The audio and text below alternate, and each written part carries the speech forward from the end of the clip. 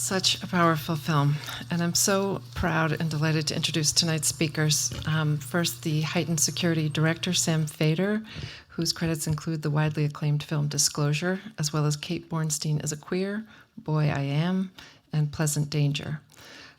Sam's joined by Amy Scholder, the producer of Heightened Scrutiny and acclaimed films including Disclosure and My Name is Andrea, and editor-at-large at City Lights Books. They're also joined by Tre'vell Anderson, an award-winning journalist, podcast host, and authoress. They're the founder and chief imagination officer of the social curation and media production house Slajan, and authoress of the book We See Each Other, a Black trans journey through TV and film. Our moderator this evening is Alex Schmider, the Senior Director of Entertainment at GLAAD, the nation's leading LGBTQ media advocacy organization. And just a reminder, you're all invited to have coffee, tea, and cookies after this discussion out in the theater lobby. So now please join me in welcoming Sam Feder, Amy Scholder, Tre'vell Anderson, and Alex Schmider.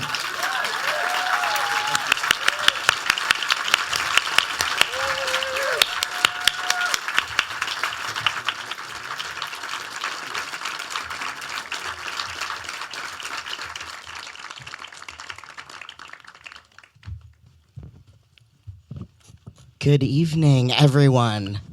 Oh my gosh, this is so special to be here with you all for the Los Angeles premiere of Heightened Scrutiny. Can we give it up one more time?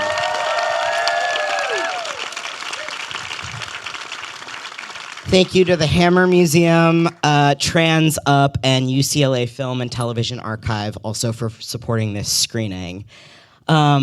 This is extremely special to be here and to be in community, especially after last week when the decision came from the Supreme Court that banned healthcare for trans adolescents in Tennessee. I do think it's important to also acknowledge that that ruling does not ban healthcare for youth in states that is not banned. And so this makes this conversation in this film more significant and profound than ever because it can be a tool, hopefully, to help educate and reach people who need to know the truth about what's at stake and who we are. So,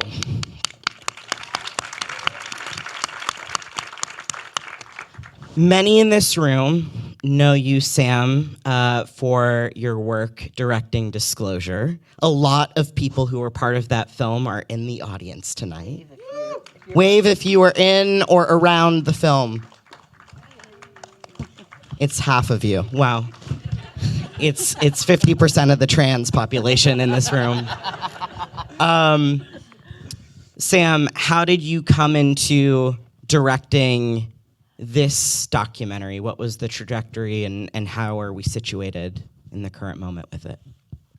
Heightened Scrutiny, well, first of all, thank you all for being here. It's so nice to see so many people I love, and like Alex said, so many people from Disclosure, which makes perfect sense because this is a follow-up to Disclosure.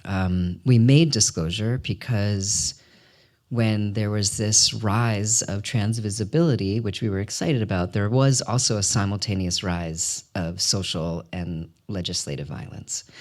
And I had a lot of pause in that moment around fear that this conversation and the celebration was happening a little too quickly. It was misguided and would potentially have some backlash.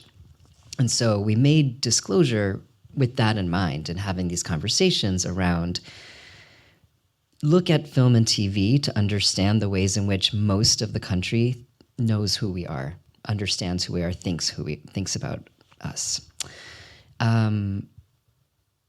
We never anticipated the backlash to be this bad, but we started seeing it happen like a year after Disclosure came out in 2021. We started seeing a rise of the bills, and now there's hundreds and hundreds of bills across the country. And so when we started to see that rise, I simultaneously started to see people around me who worked with me, who came to work with me because of Disclosure, they would start to say things. Like in particular, there was this one time I was working on a television show. It was actually a queer trans television show, and there was a senior staff person who was neither queer nor trans, but assumed to be an ally. And we're having a water cooler conversation, and at one point she just out of nowhere brought it up, how don't know about the trans kids. How could they possibly know they're trans? Is it safe? What about parents? It's just a trend, like just on and on, these talking points that had once been relegated to the right wing, right? To the right wing media, to right wing politicians. And that's when I started to understand that it was not only on the right anymore, and I started to see how it was across the board in mainstream, liberal media. And so that's really what started this. It was a conversation I was having with some friends here. Actually, Brian Michael Smith, who's also in Disclosure and is quite a celeb at this moment of his own right, as well as Nava Mao, who was on the crew. Also, many of you probably know both of them. Sorry if you didn't want any attention, but oops. But we were having brunch, right? And we were really talking about like how can we possibly respond to this? And we were brainstorming over a lot of ideas, and this film came out of that conversation. And so I started talking to journalists and asking, like, what is going on with the media, right? And then I met Gina Chua, who you meet in the film. She's on the board of TJA, Trans Journalist Association, where now Tre'vell is the ED. Is that your title? Yeah.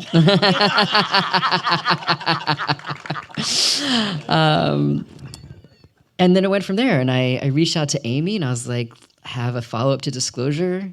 Will you please join me? And without pause, she said, absolutely. This is what's happening is terrifying. And so that's how it came to be. Amy, for you, what was the impulse to get involved in the way that you did Disclosure? What were you seeing, hearing, interested in, invigorated by to get this made? Well, I felt I was living in the same world that Sam was, and really seeing that we had come out of this period of celebration, and where we would kind of like see stories about trans people as kind of like puff pieces in magazines. And then it was just such a disturbing turn to see these like debates going on. And it also reminded me of other periods of time, having lived through the AIDS epidemic and having gone through those early stages of a community in distress and being attacked, in this case not only by a virus, but by a society that was not coming to aid in this health crisis, and then see the media like turn on those people and blame them and see them as threats and risks to everyone else, without realizing that everyone else was really going to be at risk if you really dismiss a whole part of the population, a whole marginalized group. And so it resonated with me deeply for so many reasons. Well, it's great to hear that, because I know a part of the film and the dialogue around it is the community coalition building that can happen around what we see and how certain people are portrayed in the media and the impact and consequence that has on our culture. So, Tre'vell, as the co-executive director of the Trans Journalists Association, can you comment on how this film arrives in the conversation, and where do we go? What do we do? What are you doing so that we can pave a different path forward? Hey y'all, how y'all doing? Y'all good? Okay. All right. So yes, as of 3.5 months ago, I am the co-executive director of the Trans Journalists Association, an organization that was founded in the summer of 2020. June 30th will be our 5th anniversary. by a group of trans journalists who saw a need for a journalism organization that expressly believed in promoting nuanced, accurate coverage of trans rights and communities and fostering and supporting the careers of gender expansive journalists. We are currently doing a fundraiser to support the very necessary work that we are doing, okay? Transjournalists.org. Thank you for your allyship. And so the work we are engaged in is trying to speak to journalists and to the media about the pivotal role that we play in the misinformation and ongoing transphobia, transmisia, all of those words you hear the folks use against the community. And talking about the ways that what we do matters and how sometimes, perhaps unintentionally, we as journalists, as the news media ecosystem, become the tools of the conservative right, that pilfer those messages, proliferate those messages to communities. And so we want to talk to our fellow journalists and shake them into reality. And for me, as a Black trans journalist, it's important for me to speak to the history, of our industry. That same summer that the Trans Journalists Association was founded was that summer of racial reckoning. Y'all remember? The Black Instagram boxes. Come on. But at that time, in that moment, so many of these news outlets and entities, many that you see focused on in the documentary, started making all of these apologies, for the ways that their newsrooms and their newspapers and publications, othered Black folks, disregarded and further dehumanized, Latinx folks. The Los Angeles Times had a whole special section atoning for what they did to the Chicano movement. And many of those news outlets created race teams, culture teams to cover what was going on. Fast forward 2 to 3 years, as the anti-trans legislation continued to bubble up on the local level, because it's important to note that this is a concerted effort that has been years in the making. So when you say, that we witnessed, this rise of visibility for the culture, trans culture is what we talk about, for the culture, that we also saw the numbers of murders and deaths of our trans siblings also increase, And so I think that in a moment like this, where, the day before Freedom Day, Juneteenth, okay, amen, we see this decision by the Supreme Court, and our dear brother Clarence Thomas. I'm representing TJA, so I won't go further in this moment. But what I think is important, is to note the ways that we as journalists, it is our role, our job to be providing the accurate and appropriate context to what is happening. We are supposed to be translators. We are supposed to be communicators interested in accurately reflecting the lived experience now.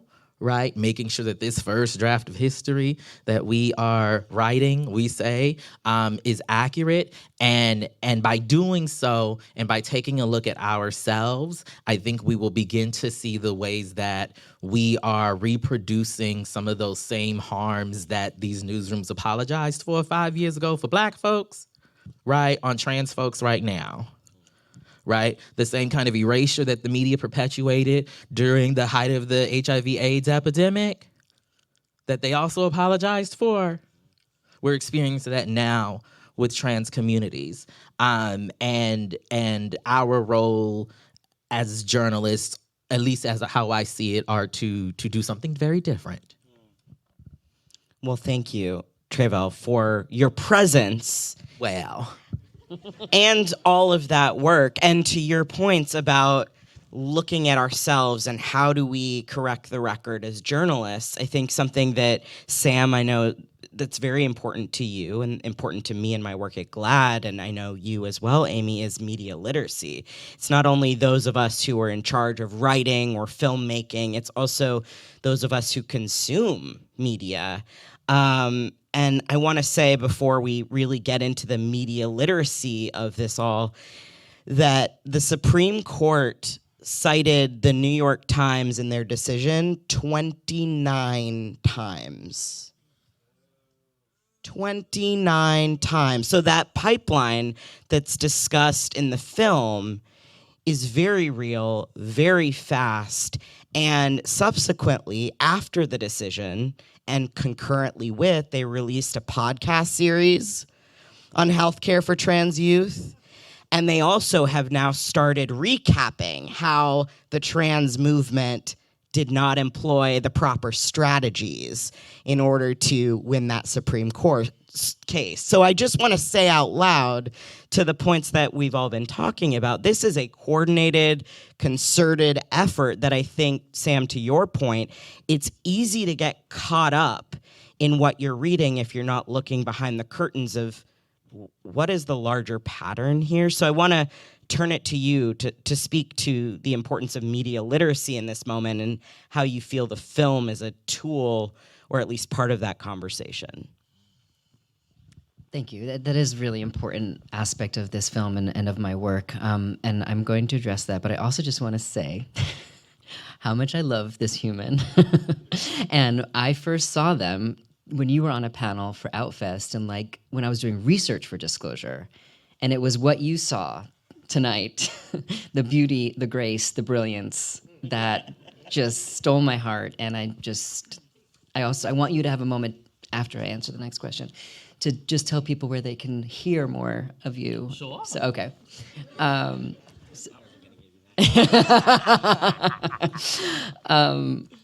Okay. And also, just one other thing. You were also, if you all saw, you were in this film, you were in Disclosure, and your work before TJA was all about media criticism. Anyway, I'm sorry. Okay. You can keep going as I know, long I as know. you want. Okay. But the media literacy part. So, as I was explaining how this all started with hearing a supposed ally quoting places like the New York Times, the mainstream media terrifies me. It always has. And I have the luxury and the privilege to check many sources every day, right? I don't rely on one source. I don't believe one source. But not everyone has that luxury. People want to have a source that they read. And so how can we continue to talk to people about how you have to be questioning everything you read? You have to wonder why the New York Times would run 7 cover stories, like A1 cover stories, just on this issue of trans healthcare. I mean, that is precious real estate. So as a reader, you have to start to wonder why things are placed where they are. Why does this headline seem to have a bias? That's the part of media literacy that, if nothing else, I want people to take away from this film. That we are all manipulated by the media. Wars have been manipulated by the media. We can see the way that the media has been framing the genocide in Gaza. Like all of these, the media frames and things with a very particular lens. Objectivity does not exist, right? And I think there are some things that don't have two sides. There cannot be both sides to something that is just a truth. Right? Human beings need access to life-saving care. There's no debate around that. And so when we see debates being formed around human rights issues, we have to question why that institution, whether it's the New York Times or the Atlantic, like why they're taking that position. Totally agreed. And I think the film is such a remarkable tool in looking at all of these particulars in the story of Chase and Mila. So, Sam and Amy, as you're bringing this film out into the world, what does an impact campaign look like? What are you trying to do with the film to forward these conversations and make sure that all of us are better read, more informed people in order to equip ourselves to be better in the world? Well, I can start off with that. The impact campaign is really what we're doing now with the film, to use it as a tool and bring it to as many audiences as we can. I want to say, first of all, being at the Hammer Theater, at the Billy Wilder Theater at the Hammer was our first choice for an LA premiere, so I want to thank Claudia and Shannon and everyone at the Hammer. And making this film was a huge challenge, and we couldn't have done it without our executive producer, Lisa Freeman, and the support that we got to make this film was extraordinary and swift. We made this movie in 18 months. We have some crew here, including Jonathan Sanford, who's our composer, who did that incredible score. I just wanted to make a shout out. We so appreciate you. And now, you know, in a way, the journey's just beginning. We made this film. It was a huge effort. To make a movie in 18 months was crazy, and has taken its toll. But now we want to bring it to audiences. We want to bring it to theatrical audiences, and we do have some news that will break soon, so follow us on Instagram or wherever or follow us by looking at Heightened Scrutiny documentary, and join our mailing list, because we have some exciting news for bringing this to theaters around the country. But I think more importantly for us, we really want to bring it to states that are now going to be the battlegrounds for, like, are these bans really going to take place or not?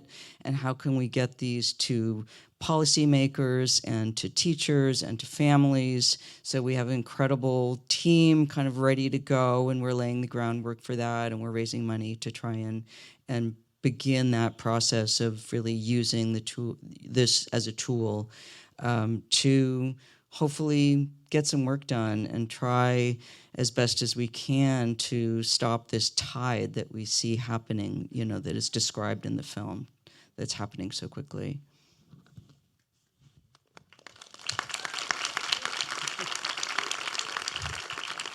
Well, and so much of that work is already in progress, as you said. Sam, you were mentioning to me earlier that lawyers are using this film and potentially could be a citation to counteract some of the I'm making that up. I'm not a lawyer. I shouldn't speak to that. But That would be so cool. you know, but If the film were in a legal brief. there are so many stories that people are telling to counteract this wave, this tide. And so can you speak a little bit more to the specifics that you're already doing and why and how the film festival exhibition is so important? Yeah, we've been screening at festivals since January, since we premiered at Sundance. And what we've been trying to do at each screening is to bring in community organizations. So I know there's a community organization here today that was co-sponsoring this screening. We've been trying to bring organizations up in the panels to share the work they're doing locally. And just last Friday, on the 20th, we had a screening in Bentonville, Arkansas. And for those of you who don't know, Arkansas is ground zero for these bills. We were able to connect with, I think, 2 or 3 organizations, including the ACLU in Arkansas, to have a conversation after the film. And in our planning of this, you know, they were showing every person at the ACLU the film, and they started to realize and asked us if they could use clips in court. And that just blew my mind, because my films are motivated by my activist concerns. So to have that come to reality, that this can be a tool to help them in court, right? To show the judges, like, the ways in which those judges have had their ideas manipulated by the media, that's really powerful. And so we want to be able to continue doing that in states across the country.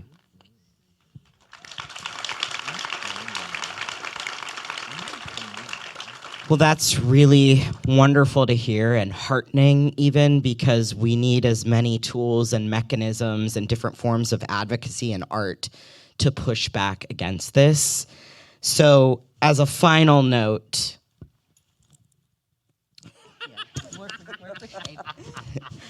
because we are going to all convene for cookies, coffee, and to support these filmmakers with the visions for bringing this film into the places it needs to be, I want to ask each of you, what are you holding on to for encouragement and motivation to keep this fight forward?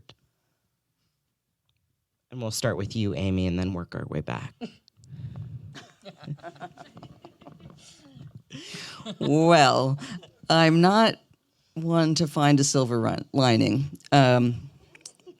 often, but in the making of this film, in meeting Mila and her family and her mother and her brother, and seeing the courage and just the confidence, gave me some sense of, well, you know, we've been successful in some of our work in as queer people being able to kind of create some pathway for a generation after us to be a little bit less awkward. I don't know about you all, but I was awkward.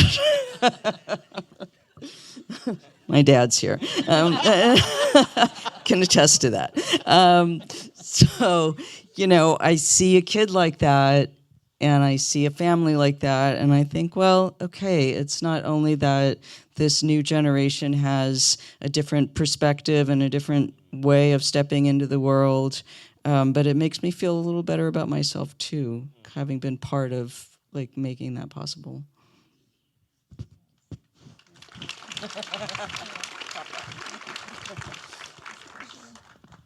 What are you holding on to motivate you to keep going, keep this fight on?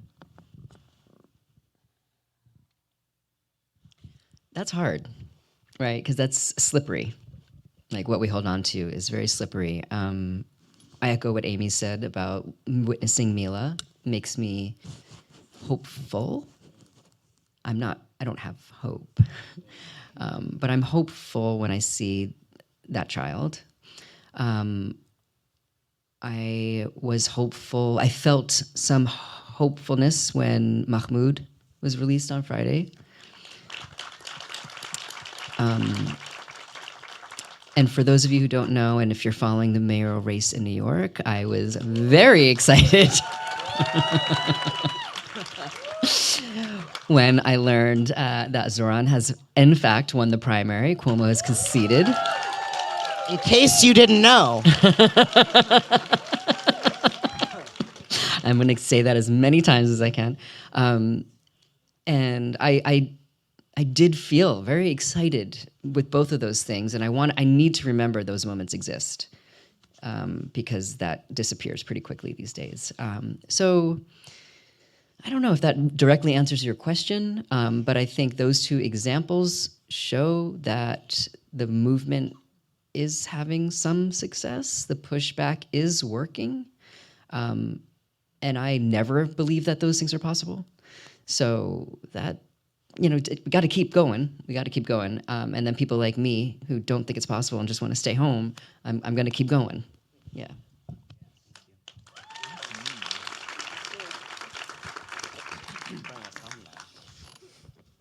Okay, so Sam told me to do this, so I'm gonna do it. I am currently hosting and producing a podcast called Black Queer Canon.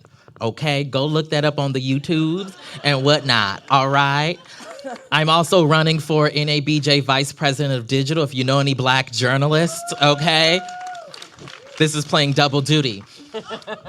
Check out the podcast. The podcast is all about Black LGBTQ plus characters that we want to put some respect on their names. Because yes, while visibility is not protection, it has been an opportunity for many of us to see ourselves, right, and realize who we should be and how we should move through the world, okay? You can also get more information about me, my wonderful books, and everything like that, okay, at Tre'vell Anderson Tre'vellAnderson.com. Okay? Now, to your question. Oh, wait, no, before.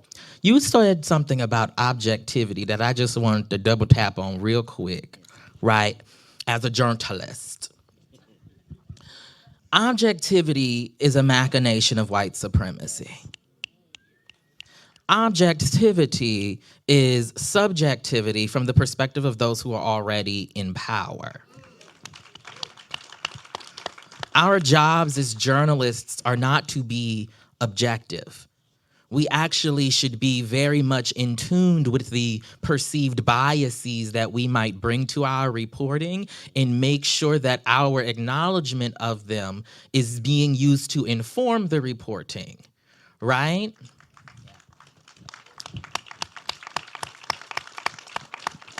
When you talk about hope,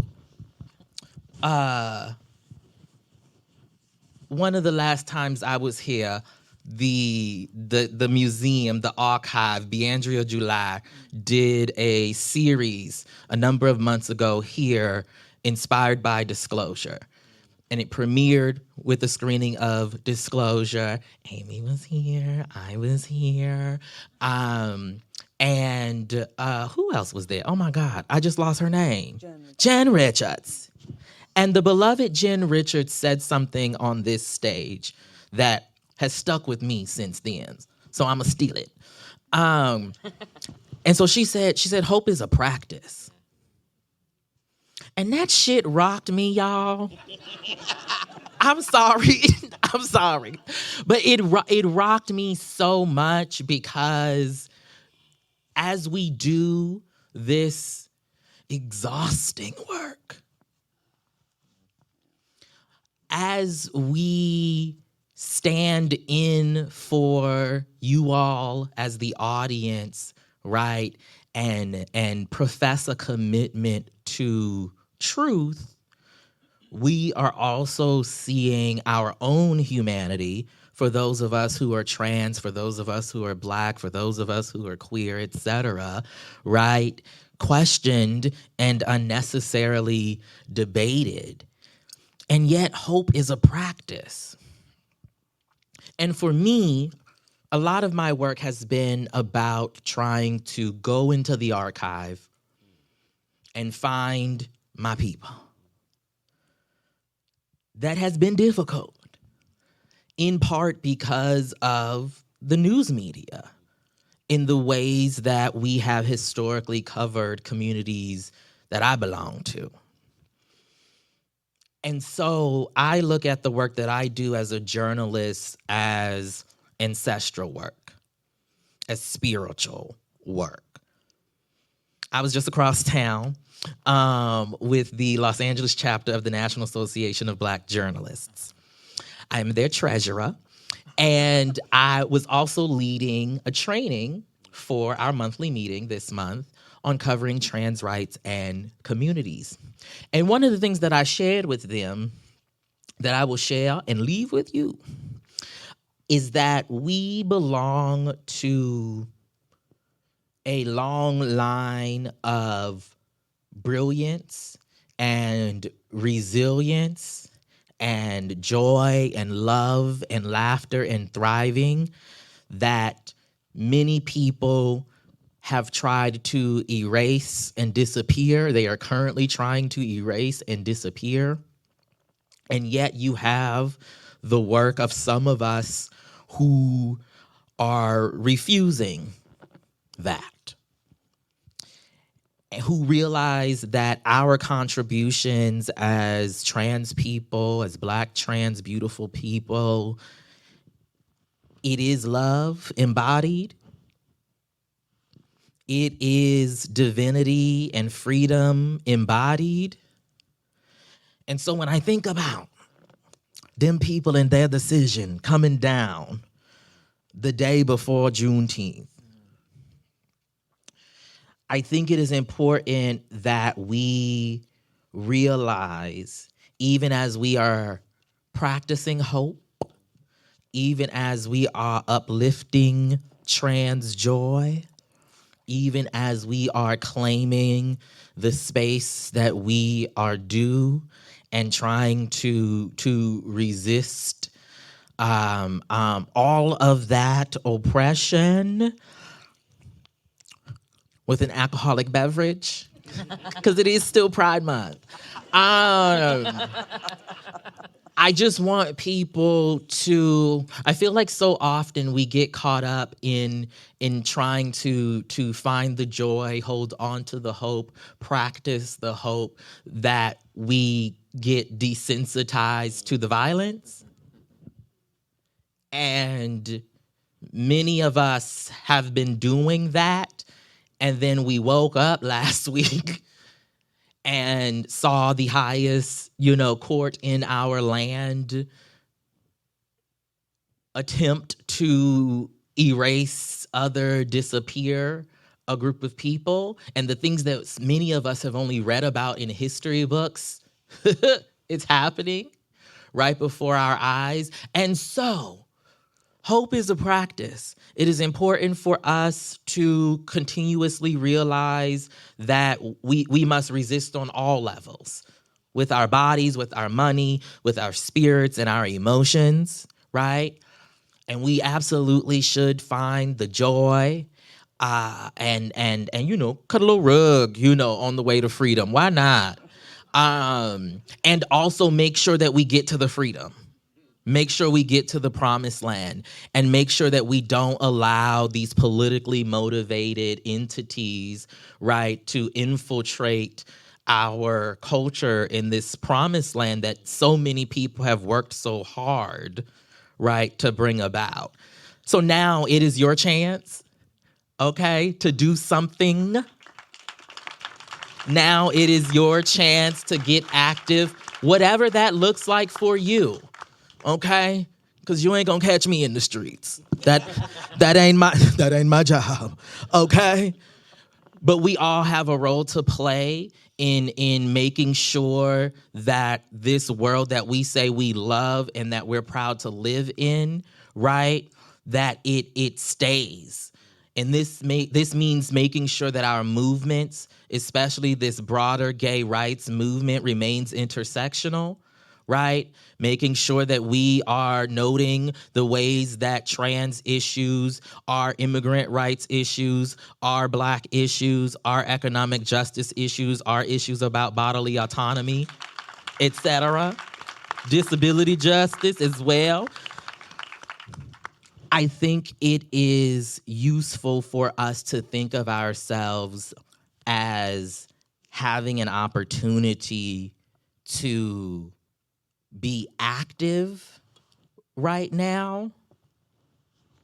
And I hope that we all from this film are invigorated, right? That you see what's happening and that something on you is shaken loose, right? And you begin to show up in ways that you haven't shown up before. Why?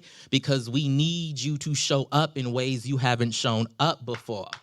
Coming to the screening is cute, and we appreciate you and support the movie when it comes out in the theaters as well, okay? And also, right, they are disappearing people from the streets. They are trying to reinstitute, and I'm gonna shut up, I promise. They are attempting to reinstitute, to further situate a white supremacist idea that makes no room for any of us. And so, what will you do to play an active, positive role in this moment? Think about it when you lay down on the pillow. Thank you so much.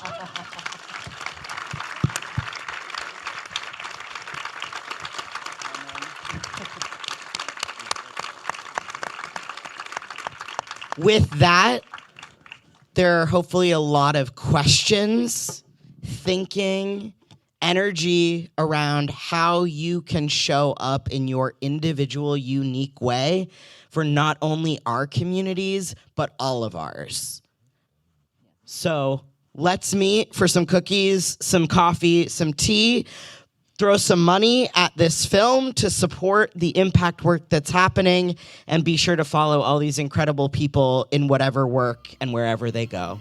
Thank you for being here.